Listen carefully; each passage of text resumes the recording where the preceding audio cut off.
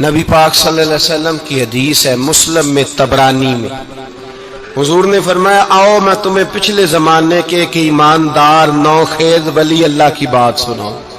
پچھلے زمانے حضور نے فرمایا پچھلے زمانے میں ایک بادشاہ جادو کے زور پہ حکومت کرتا تھا۔ جب وہ ایک جادوگر اس نے رکھا ہوا تھا تو جادوگر اس کو جادو بتاتا، وہ جادو کے زور پر حکومت کرتا۔ جادوگر بوڑھا ہو گیا تو کہنے لگا بادشاہ کوئی نوجوان میرے پاس بھیج دے، اب میں بوڑھا ہو گیا ہوں، میرا پتہ کوئی نہیں کب مر جاؤں۔ ایک نوجوان کی ڈیوٹی لگائی، بڑا زیرک سمجھدار، اپنے رعایا میں سے چن کے جو ذہین فطرت مزاج بچہ تھا وہ اس نے لگایا۔ اللہ کے محبوب علیہ الصلوۃ والسلام فرماتے ہیں بچہ جادو سیکھنے لگا، وقت گزرنے لگا۔ بچہ جب جادو سیکھنے جاتا تو رستے میں ایک راہب بھی تھا جو انجیل جانتا تھا، وہ اللہ اللہ سکھاتا، لوگوں کو حضرت عیسیٰ علیہ السلام کی تعلیمات سے آگاہ کرتا۔ اس نے دیکھا کہ یہاں بھی لوگ اکٹھے ہیں تو وہ بچہ اس راہب کے پاس بھی اٹھنے بیٹھنے لگا۔ اب جب اس کے ساتھ اس کی گفتگو بڑھنے لگی تو اس کو باتوں میں لذت آنے لگی۔ اس نے راہب نے پوچھا کہ تو کون ہے اور کس طرح سے آیا ہے، کیا تیرا معاملہ ہے؟ اس نے کہا جی میں جادو سیکھنے جاتا ہوں، آپ کی باتیں مجھے بڑی اچھی لگتی ہیں۔ اس نے کہا دین سیکھ، جادو سیکھنے والے کافر ہو جاتے ہیں، قرآن و دین سیکھنے والوں کو اللہ کامل ایمان عطا فرماتا ہے۔ فرمایا یہ سیکھ۔ بچہ بیٹھنے لگا، اس کے پاس آنے لگا، باتیں دل میں گھر کرنے لگی۔ ایک وقت آیا کہ مسلمان ہو گیا، اور مسلمان کیسے ہوا؟ بچہ کہتا ہے میں تجربہ کر کے ہوا۔ اب میں تھوڑا سا وقت جادوگر کے پاس بھی جاتا اور باقی سارا وقت وہاں بیٹھتا۔ میں ایک دن جا رہا تھا تو رستے میں اژدہا تھا، بہت بڑا سانپ تھا، رستہ روک کے کھڑا تھا۔ یہ حضور نے بیان کی حدیث۔ نبی پاک صلی اللہ علیہ وسلم فرماتے ہیں بچہ کہتا ہے کہ رستے کے اندر سانپ ہے، رستے بند ہے، لوگ چھتوں درختوں پہ چڑھے ہیں، راش ہے۔ کہتے چھوٹا سا روڑا میں نے اٹھایا تو میں نے کہا اللہ اگر جادوگر سچا ہے تو اسے مار دے۔ چھوٹا سا روڑا میں نے پھینکا، اژدہا کوئی نہ مرا۔ پھر چھوٹا روڑا اٹھایا، میں نے کہا اللہ اگر وہ عالم سچا ہے تو اسے مار دے۔ اب جب میں نے روڑا مارا تو اژدہا مر گیا۔ میرے اندر سے گواہی آئی نہیں دین کی باتیں سچی ہیں، نہیں قرآن کی باتیں اسلام سمجھانے کے لیے عرض کر رہا ہوں۔ اگرچہ اس دور میں انجیل تھی، اللہ رسول کی باتیں اچھی ہیں۔ کہتے میں مسلمان ہو گیا، اب میں نے راہب کے پاس ہی رہنا شروع کر دیا، جادوگر کے پاس چھوڑ دیا۔ اس بچے نے آنا، بادشاہ پوچھتا کہاں زیادہ وقت گزارتے ہو تو وہ بات گول کر دیتا۔ وقت تیزی سے بڑھنے لگا، اللہ نے اس نوجوان میں طاقت پیدا کر دی۔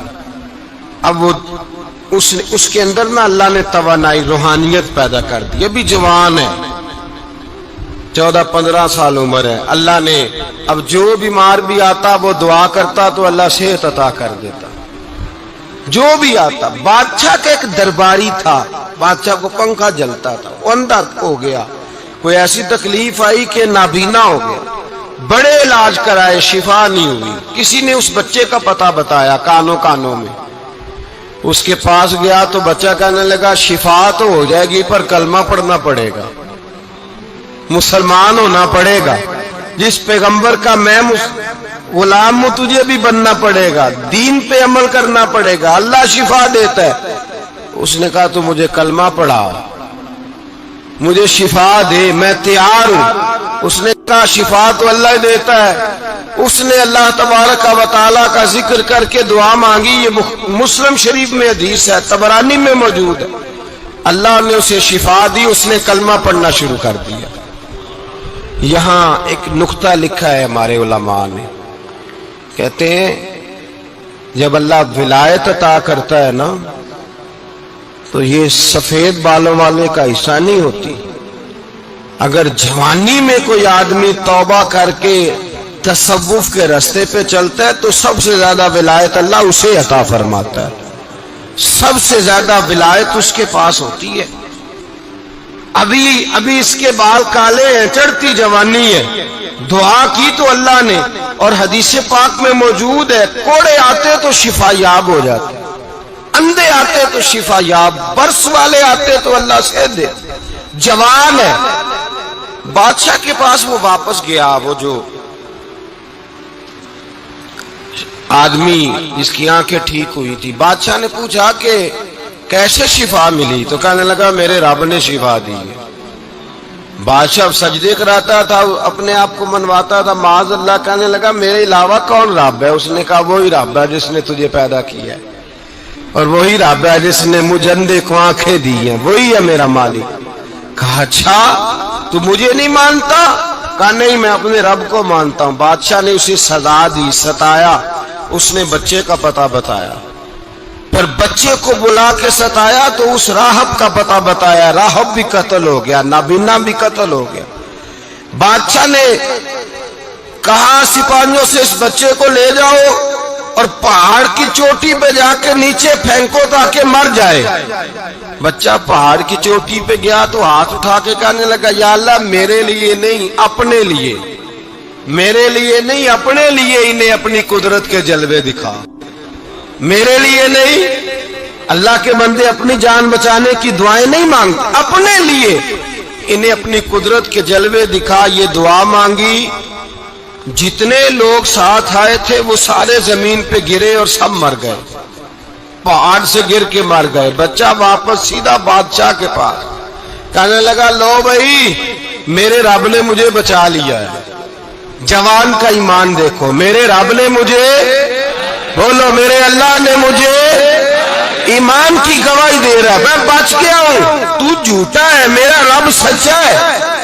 اس نے کہا لے جاؤ اس کو دریا میں، کشتی میں بٹھاؤ، بیچ دریا کے جا کے دھکا دے دو۔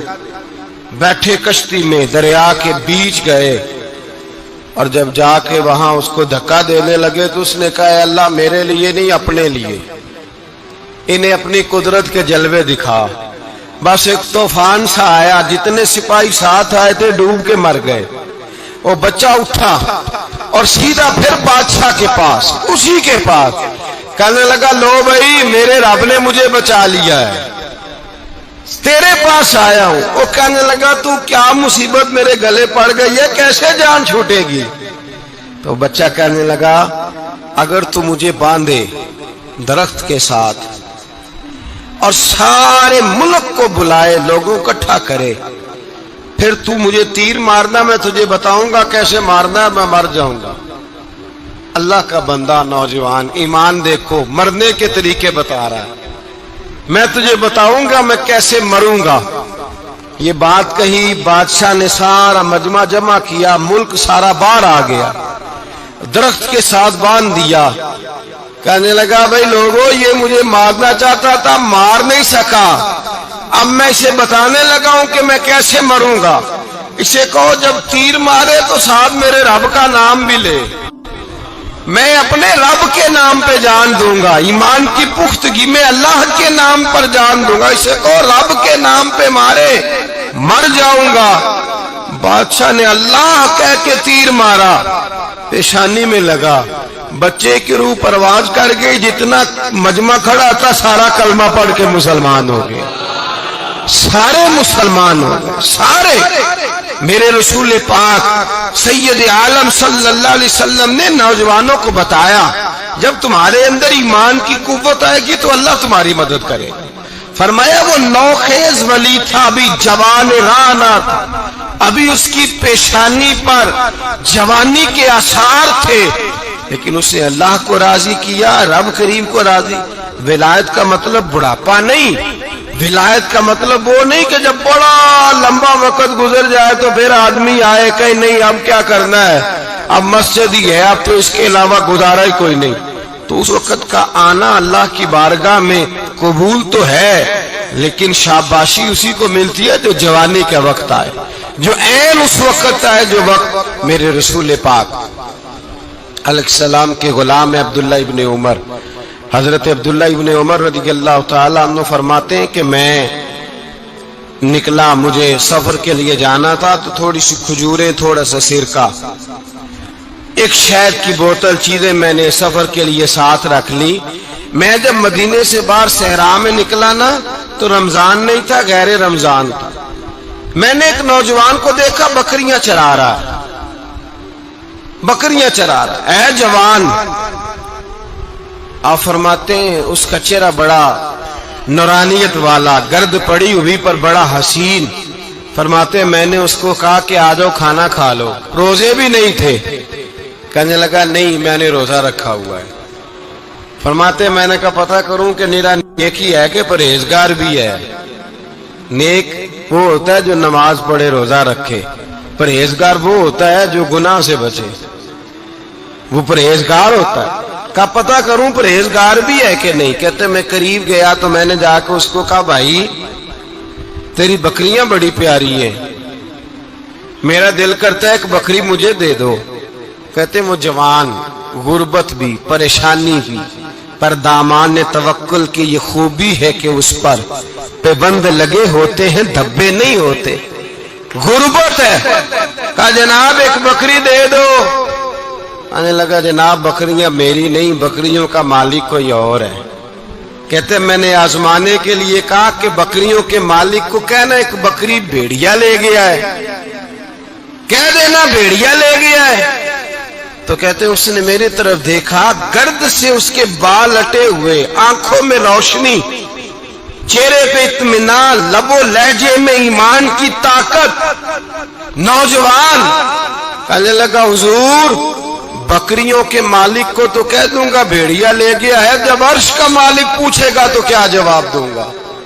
اللہ کو کیا جواب دوں گا؟ کہتے ہیں میں کانپنے لگا اس کی بات سن کے. واپس آیا، جو کام نکلا تھا وہ چھوڑا، واپس لوٹ آیا. میں نے پتہ کیا کس کا غلام ہے، پتہ چلا فلاں آدمی کا ہے. کہتے میں نے پہلے غلام خریدا، پھر پتہ کیا تیرے پاس بکریاں کتنی ہیں؟ اس نے کہا 400.